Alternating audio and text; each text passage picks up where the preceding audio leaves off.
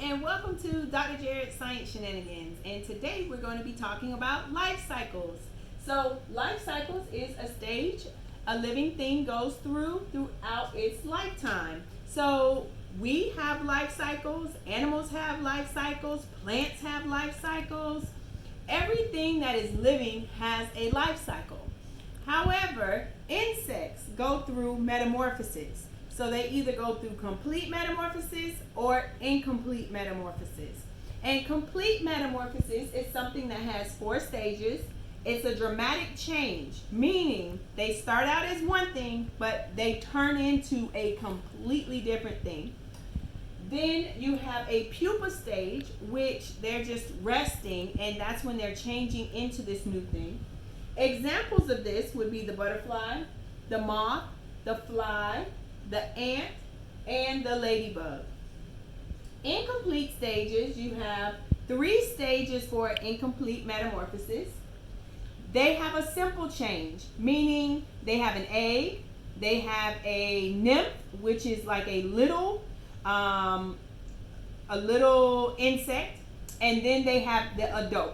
But they all look the same except the egg. So once they come out of the egg, they go into the nymph stage, which is just a baby insect, and then they become the adult insect. Sometimes they'll have no wings as a nymph, and then they'll gain their wings as an adult. Examples of this are the grasshopper, the dragonfly, and the cricket. And today we have here some mealworms, we have a hornworm, we have caterpillars, we have crickets, and we also have tadpoles and frogs. So the tadpoles and the frog, that is just a life cycle. It is not an incomplete or a complete metamorphosis because a frog is not an insect. A frog is an amphibian. So it just goes through a life cycle. Now, I want to show you some of these items, and then I'm going to quiz you at the end. Which ones are complete metamorphosis and which ones are incomplete metamorphosis. So let's go ahead and take a look at the tadpoles and the frogs. So we have a couple tadpoles here, and then the frogs are on that side. We're going to let them back into the wild. I just went to the lake behind my house, and it was full of tadpoles.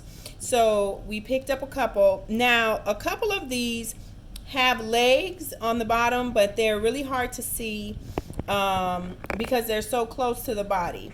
So the tadpole is now changing. It's getting legs. It's going to lose its tail, and then it's going to look just like the frog. We also have here for you crickets. So these crickets are the baby cricket. These are not the larger crickets, and we actually feed these crickets to the bearded dragon that we have. But these are just smaller crickets that we have here. And I'm going to move some around so you can see them. They're kind of all hiding in these little tubes. Oh, hold on, I got a cricket on me. Well, cricket's gone, so now we have a cricket loose in the house. But these are the baby crickets that we feed to our bearded dragon. Now, these crickets would go through the incomplete metamorphosis stage. It has 3 stages, so it's the egg, and we can't see any eggs in here because they're really small, and we don't have a habitat for the eggs. This is just a housing habitat so that we can keep our crickets alive just enough so that we can feed them to the bearded dragon. All right, and now we also have our hornworm, which is this nice big fellow here. So if I lay my finger next to the hornworm, you could actually see how big it has gotten. And the hornworm is a complete metamorphosis. It has 4 stages. There is going to be a dramatic change for that hornworm because it is going to turn into a huge moth. And the moth is probably about the size of my hand. The reason why we're not keeping the, after the hornworm turns into a moth, I'm going to keep it in its confined area because they are a pest to tomato crops. So I don't want to release it out into the wild and then it goes and multiplies and makes more little eggs and more hornworms, because they will invade the tomato crops that we have here in South Florida.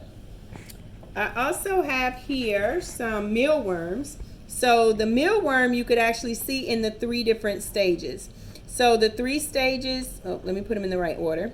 So the 3 stages are here. So you have the actual worm, then you have the pupa stage, and then you have the beetle. So you can see, now one stage we are missing is the egg. So this would be a complete 4 stages. This would be a complete 4 stages if we had the eggs in here, but the eggs are so tiny that it would be hard for us to see them.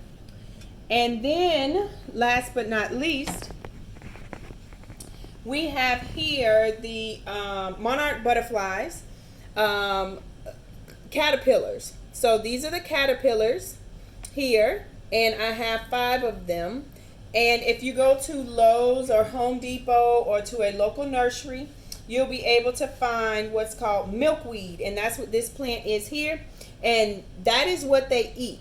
1, 2, 3, 4, 5. Actually, I have 6. I didn't even know this one was under there. So I have 6. So they will eat all of the leaves off of here. I have a couple different plants outside and a couple different milkweed plants, and they'll just go to the next plant and they'll be able to eat all of the leaves from off of here, and then they will turn into their pupa stage where they will rest, and then they will turn into beautiful butterflies. So it's going to be important for us to take it back outside and to let the butterflies, the actual caterpillars, turn into butterflies, because the butterflies actually help with pollination. So we'll definitely be talking about pollination, germination, and fertilization on another video that we have coming soon. Now I'm going to give you a little quiz. So I'm going to cover up that, and I have some pictures here. So we have, the first picture is life cycle of a monarch butterfly. So think about how many stages it would be for a complete or incomplete. So think about it, a complete or incomplete. And did it change completely into something new? And is this an insect? Would it be complete or incomplete metamorphosis? Complete or incomplete metamorphosis? So I have my little paddles here. So I have incomplete and complete. And this would be a complete metamorphosis. Good job. All right, let's look at the life cycle of a frog. The life cycle of a frog. What do you think? Do you think it is life cycle? Do you think it's complete or incomplete metamorphosis? Is this an insect? What would this be considered? Now, if you said that it is just the life cycle of a frog, you are right. And it can't be an incomplete or a complete metamorphosis because it is not an insect.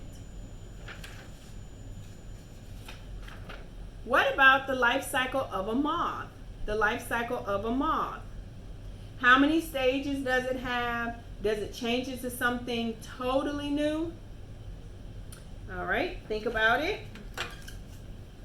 Is it incomplete or complete? What do you think? And if you said complete, you are correct. All right, the little caterpillar is trying to go away. What about the mealworm? What about the mealworm? How many stages does it have? Is it an insect? Think about it. All right, so we have incomplete or complete. Complete. Good job. Good job. Life cycle of a grasshopper. Life cycle of a grasshopper. When you're looking at the stages, does it change into something new? Is it the same? All right, let's think about it. Is it complete or incomplete? Yes, it is an incomplete. So I would like to thank you for participating with us today on Dr. Jarrett's Science Shenanigans and learning about complete and incomplete metamorphosis, and also just really digging in deep with me about the different types of life cycles that we have.